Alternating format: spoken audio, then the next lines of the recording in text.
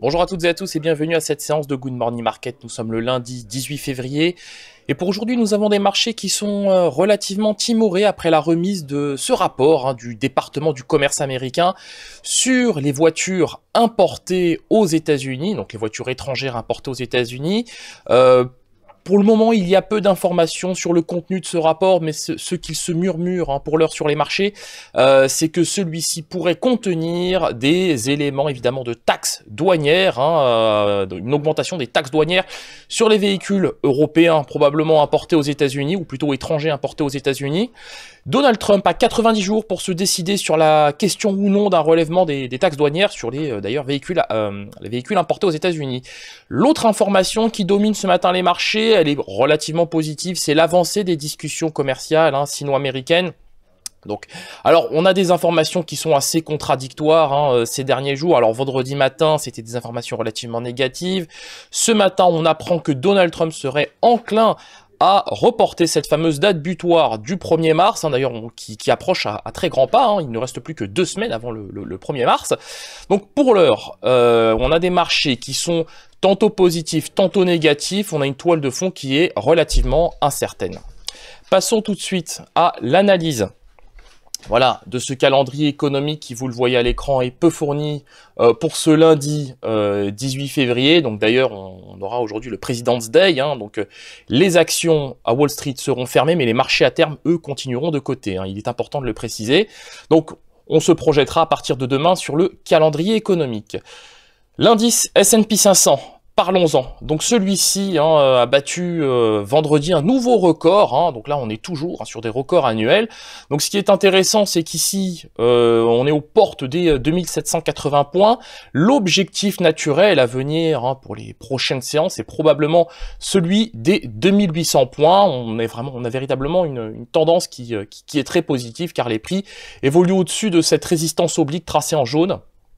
Et même d'ailleurs au-dessus de cette moyenne mobile à 200 périodes fixée sur le niveau des 2701 points.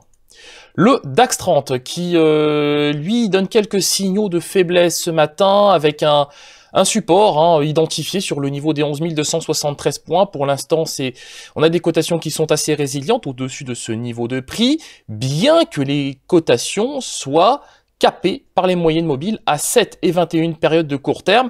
Donc attention, en cas de rupture de ce niveau, ce sera probablement celui des 11 240 points qui fera office d'objectif. Mais pour le moment, tant que le niveau des 11 273 points est préservé, on conserve un biais relativement positif sur le DAX 30. Poursuivons cette analyse matinale avec le contrat WTI qui, lui, pour le coup, donne des signaux très positifs, 56,5 $ le baril. C'est un plus haut annuel, donc on approche progressivement de la barrière symbolique des 60 $ le baril. Qu'est-ce qui explique cela? Eh bien, c'est la fermeture d'un gisement pétrolier sous-marin en Arabie Saoudite. Alors, en plus des informations indiquant que l'Arabie Saoudite produira 9,8 millions de barils au mois de mars, eh bien, on a appris vendredi la fermeture justement de ce gisement pétrolier sous-marin. Donc en Arabie Saoudite, ça a soutenu les cotations et ça continue d'ailleurs de les soutenir, malgré les quelques informations de Baker-Hughes indiquant l'augmentation du nombre de puits forés aux États-Unis. La paire euro-dollar, de son côté, continue de se montrer très résiliente, malgré le test des 1,1250. Alors nous avions pour objectif d'ailleurs la semaine dernière le niveau des 1,1220, sans succès, disons-le. Le niveau des 1,1250 s'est montré très résilient, très probablement grâce aux propos de Benoît Cœuré. Donc Benoît Cœuré, membre du conseil des gouverneurs de la Banque centrale et membre d'ailleurs du directoire de la Banque centrale européenne.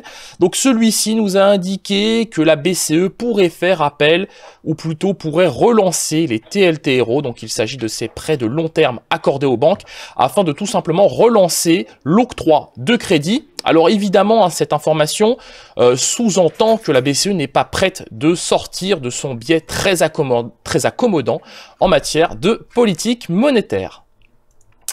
Sur la paire USD-Yen maintenant. Donc malgré les quelques signaux hein, qu'on a eu donc jeudi dernier, donc jeudi 14 et vendredi 15, eh bien on remarque que les prix se montrent une fois de plus assez résilients. Donc forcément on le sait, hein, le dollar est soutenu par, par la courbe à terme, par la courbe des taux aux États-Unis.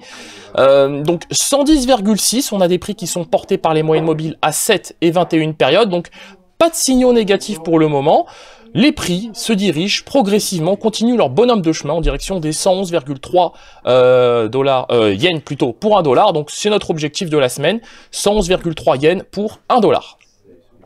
Merci d'avoir suivi. Hop, merci. Merci d'avoir suivi ce Good Morning Market. Nous vous souhaitons une excellente séance de trading, une excellente journée. N'hésitez pas à commenter cette vidéo, à la partager ou encore à la liker. Au revoir. Non, mais c'est très bien.